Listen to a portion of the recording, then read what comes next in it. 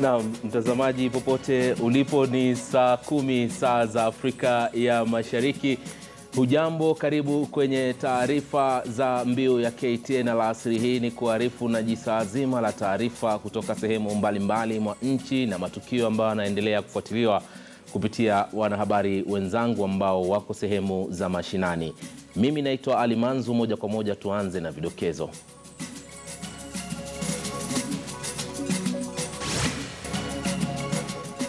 By yesterday, we had another 33 inmates taken to hospital also with the same symptoms. Watu watatu wafariki katika kaunti ya Kisumu kutokana na maambukizi ya kipindupindu na zaidi ya 30 wakilazwa baada ya kuathirika na maradhi hayo. Na sisi Tanzania hatujawahi, hatuthubutu na hatutathubutu kuingilia siasa za nchi nyingine. Serikali ya Tanzania yakanusha kuhusika na mpango mbadala wa kujumuisha kura za NASA wakati wa uchaguzi mkuu ujao.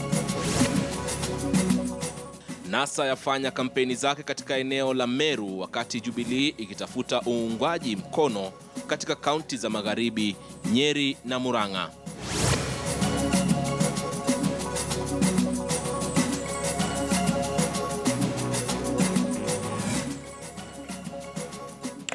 Naam, karibu kwa taarifa kamili za Mbiu ya KTN.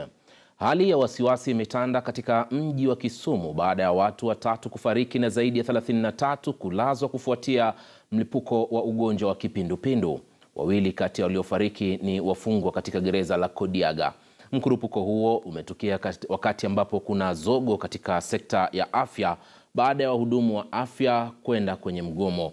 Mwanahabari Rashid Ronald anaarifu zaidi kutoka kaunti ya Kisumu. Wafungwa 21 wamelazwa katika wodi maalum kwenye zahanati ya gereza la Kodiaga. Wote hao wanaugua ugonjwa hatari wa kipindupindu. Maafisa wa afya hapa wanafanya kila njia kuzuia kuenea kwa ugonjwa huo katika gereza hili lenye wafungwa 2200, ikiwemo kutenga eneo hili. 21 cases admitted.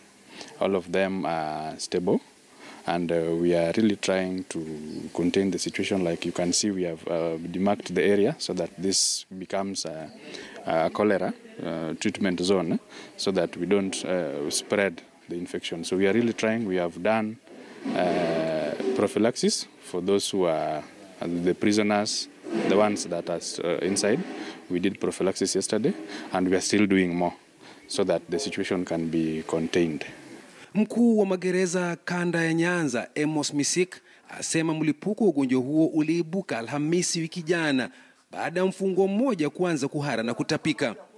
Wafungwa wengine 33 wakapatikana ishara za ugonjwa huo na baadaye kupelekwa katika zahanati hii ambapo wawili kati yao walifariki. They were all given medication. The rest of the prison was actually given medication, including Kisumu Medium Prison, which is near, just next to Kisumu Maxima.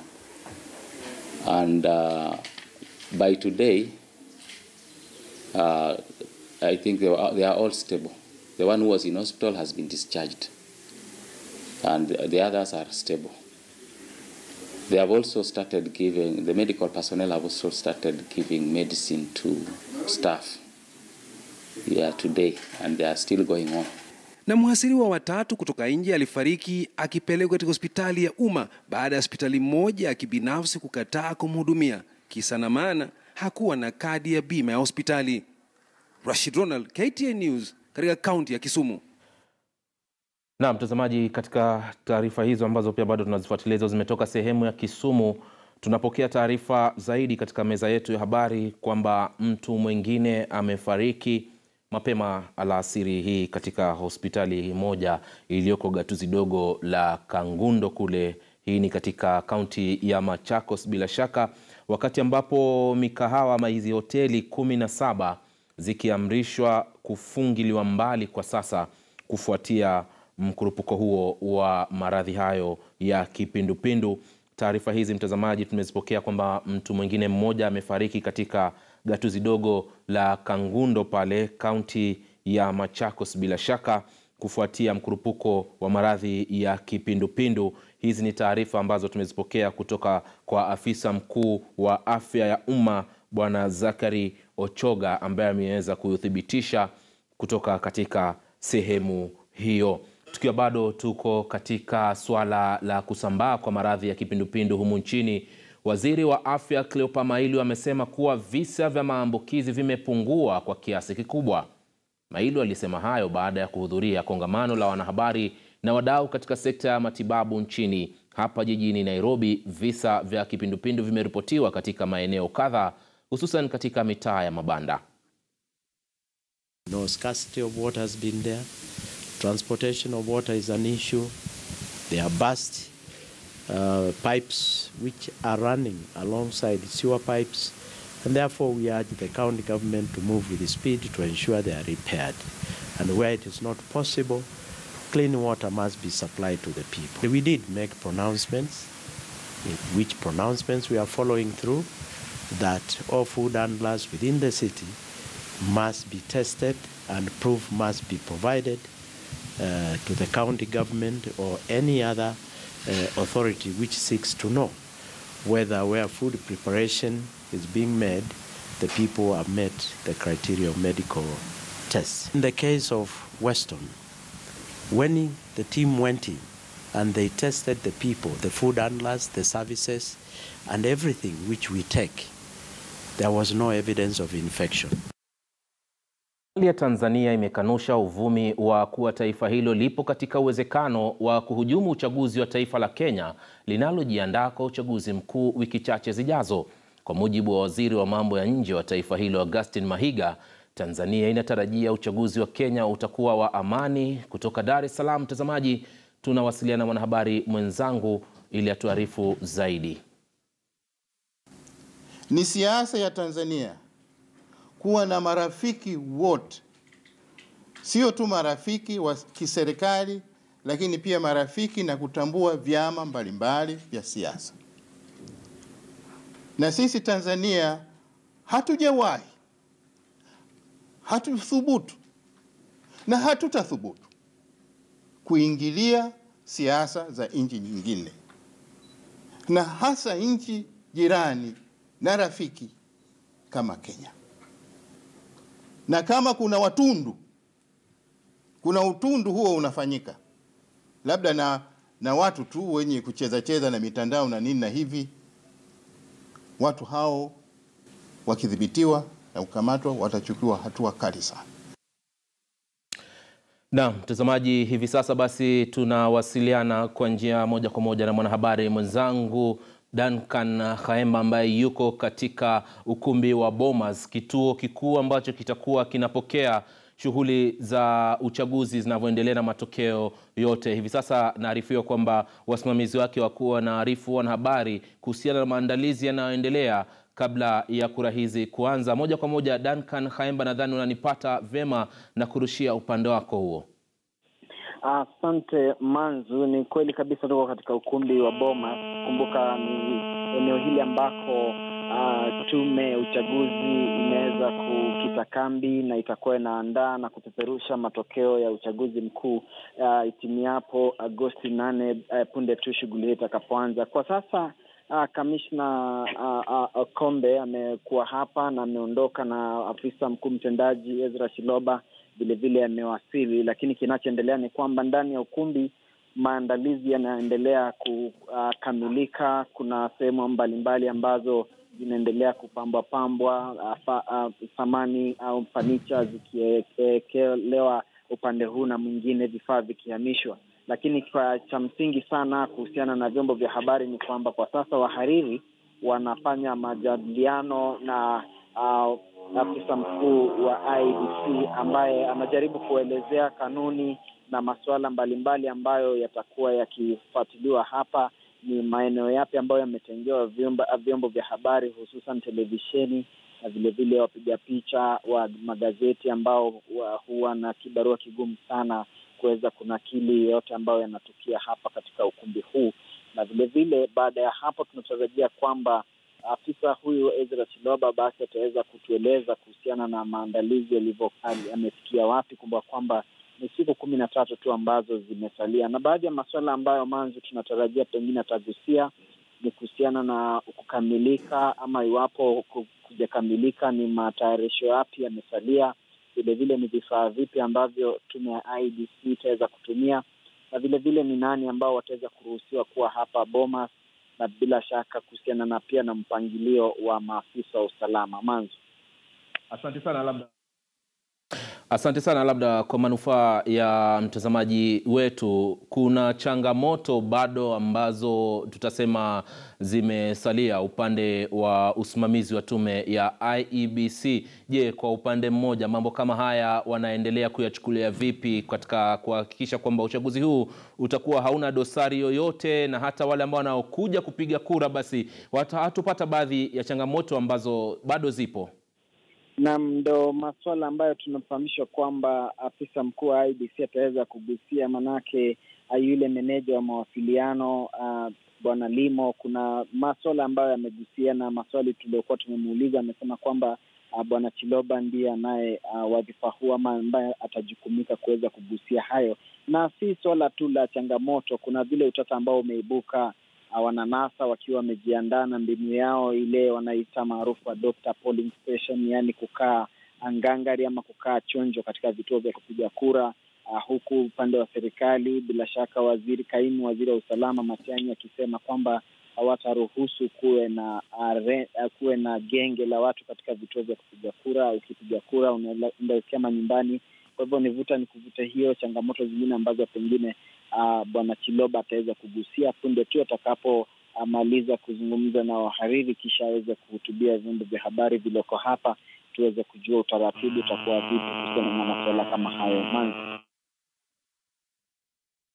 Asante sana Duncan Khaemba, mwanahabari mwenzangu huyo akitujia kwa njia ya simu katika ukumbi wa Bomas ambao kuna mkutano unaoendelea hivi sasa kuhusiana na maandalizi ya shughuli hii ya uchaguzi. Kumbuka tumesalia na wiki 2 pekee taifa liingie kwenye uchaguzi mkuu, na kituo hicho cha Bomas hapo ndio kituo kikuu kitakachokuwa kipokea matokeo yote na kuthibitishwa katika sehemu hiyo, na ni sehemu ambayo pia bila shaka kiongozi wa taifa ama atakayekuwa ameshinda kuchukua nafasi ya kiongozi wa taifa atakuwa anatangazwa katika sehemu hiyo.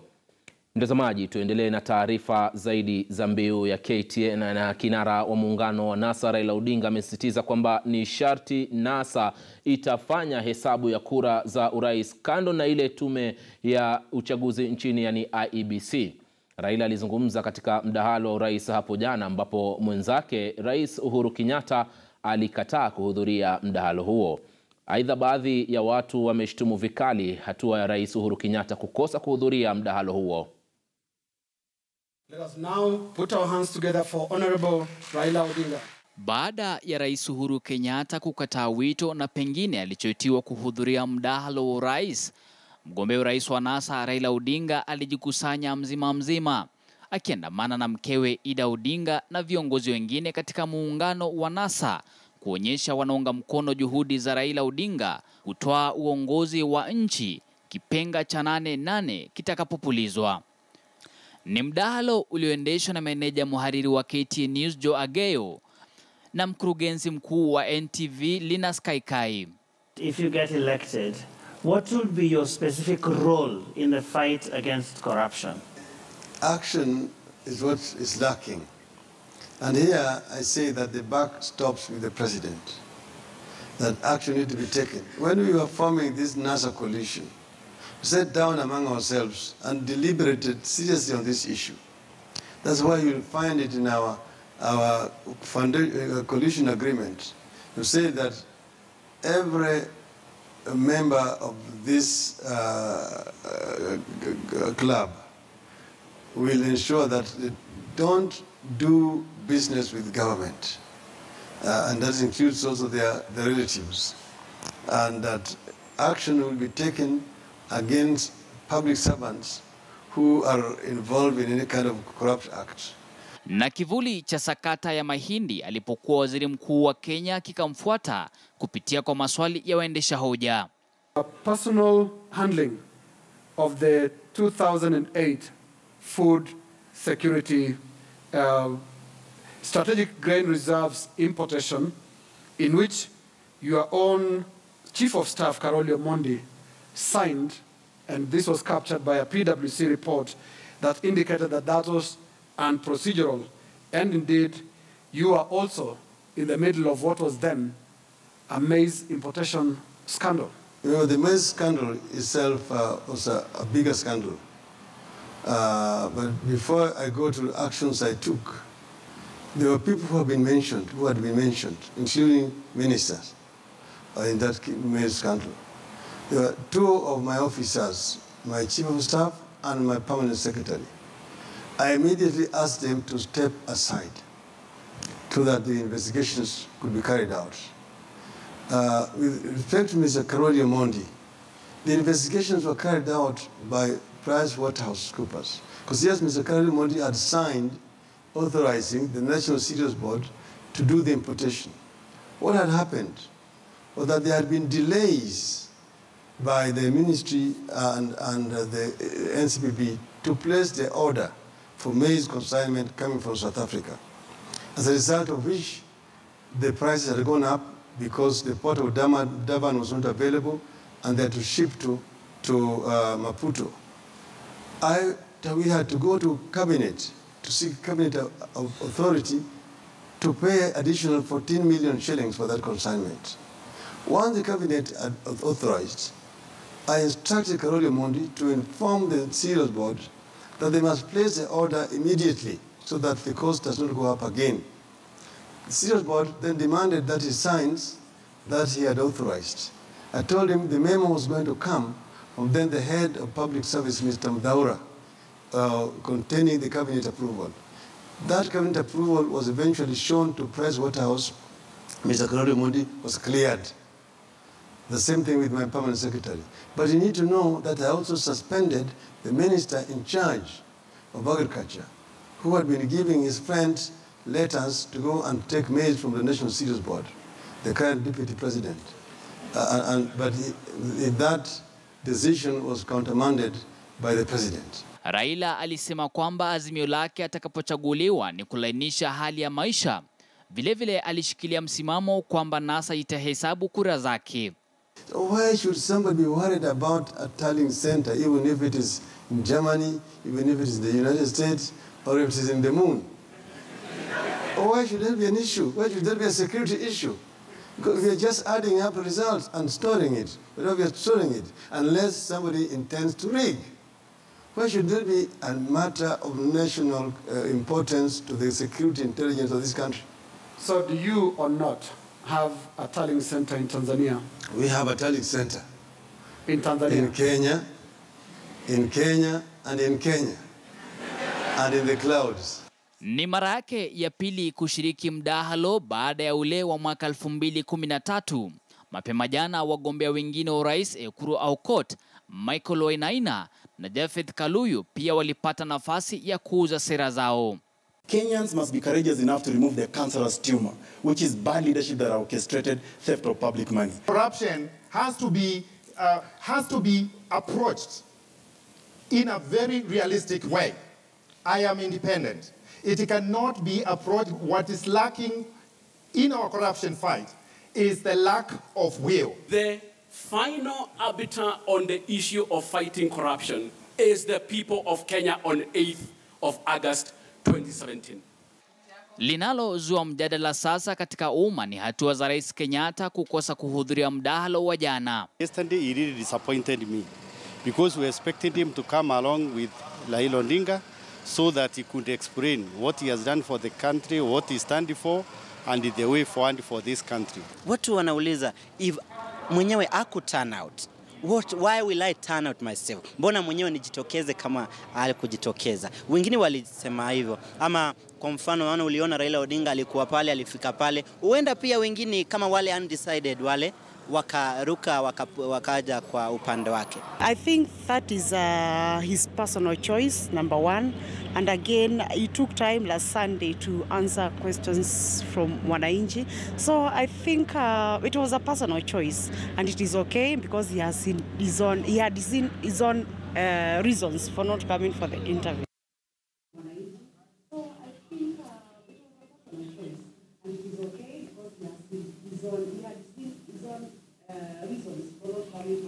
Rais Uhuru Kenyatta, mtazamaji, hakuweza kuhudhuria majadiliano hayo, na kulingana na sababu yake ambayo ameitoa mapema hii leo alasiri akiwa kwenye mkutano wake wa kampeni sehemu fulani ya kati ya Kenya, anasema kwamba rekodi yake inaonekana wazi ya maendeleo, hivyo basi hakukuwa na haja yoyote ya kuhudhuria mjadala huo. Mtazamaji, moja kwa moja hivi sasa nakupeleka katika sehemu fulani hapa jijini Nairobi, ambako kaimu waziri wa usalama wa ndani Daktari Fred Matiang'i ametoka kufanya mkutano na kiongozi wa tume ya IEBC Wafula Chebukati. Hebu tuweze kusikia taarifa yao kwa njia ya moja kwa moja. Placed an order for another 3 to ensure that our officers are equipped. We have since spent resources and bought 300 vehicles through a leasing program. Our police officers are able to move around. And in cases where we may have shortfalls, we have worked on a plan of mobilizing the assets we have in the security sector jointly to ensure that our country is secure as we move to the general elections. So we have a clear plan. We have a joint national security planning arrangement in place.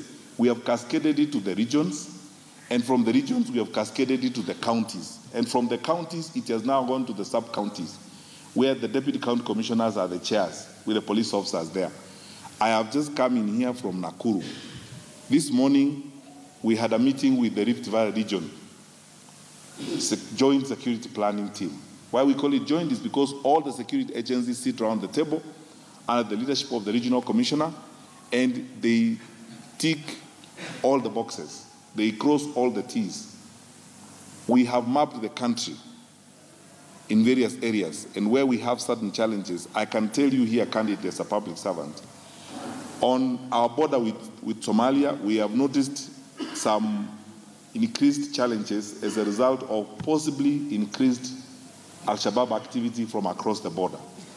And because of that, we have made special arrangements to step up security and coverage in that area, so that our fellow Kenyans who live in those areas are able to vote and are able to be peaceful. That is the context in which we enforce the curfew in that particular place, to enable our security sector teams to move around and monitor what is happening in that particular region, to be sure that everyone is safe as we move forward. The second threat is we have certain specific incidents that we need to be aware of. In Laikipia, in Baringo, cases that have started as cattle rustling, but there are elements of crime that look like, localized banditry and, incursions of groups of livestock rustlers who end up destabilizing populations and groups of people. Things that start as inter-community conflicts, traced back to certain cultural practices and origins. And again, we have made arrangements for this. We have a security operation going on in Laikipia right now. We have a security operation going on in Baringo. The intention is that we secure those places fully, so that Kenyans who live in those areas are able to, one, live peacefully, or as some Mwananchi friend of mine called me from Laikipia the other day and told me, CS, even if you do whatever you do, make sure that we people in Laikipia afford to sleep, first of all, and then we vote. That citizen is asking their right, because they have a government in place, who are ourselves, to provide that. So those are the two threats that I can tell you candidly that we are dealing with. But in terms of how we have also analyzed them in some level of detail, to the extent of trying to find out how are they likely to affect, for example, the events leading up to 8, and what we need to do, and we are prepared to do that. That I don't need to say here. In addition to that, we mapped the country and looked at hotspots, where we suspect that either A, because of close electoral contests, or B, because of certain historical challenges and issues, there may be incidents that we need to deal with. This morning, IG and I spoke about this right now in Rift Valley. We are told that some leaflets were cited in a particular corner of, Western Gishu County. Our security team has been there since 4 a.m. in the morning. We are moving around. There's no problem at all, and we don't expect any challenge. There could be a very, very small and limited activities. And by the way, I need to tell you this.